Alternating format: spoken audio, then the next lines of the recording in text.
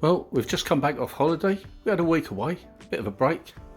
You know what I mean? You need it sometimes. And we come back to this.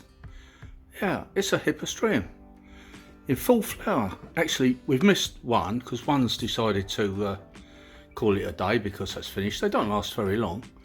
Now, I've had this a couple of years, and the idea is plenty of feed. As soon as that flower dies, I'll let it go right the way back, all of that stem, then cut the stem off.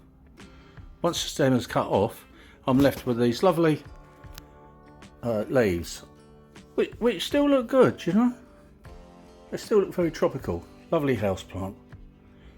And I feed it just a general fertiliser every other time I water it, which is quite a lot really, because what you need to do is get this, I don't know if you can see it from there, this bulb, keep that bulb nice and firm, and then it will keep coming back, it will keep flowering year after year. I mean, normally it's a Christmas flower, but what are we, June, still looking very good.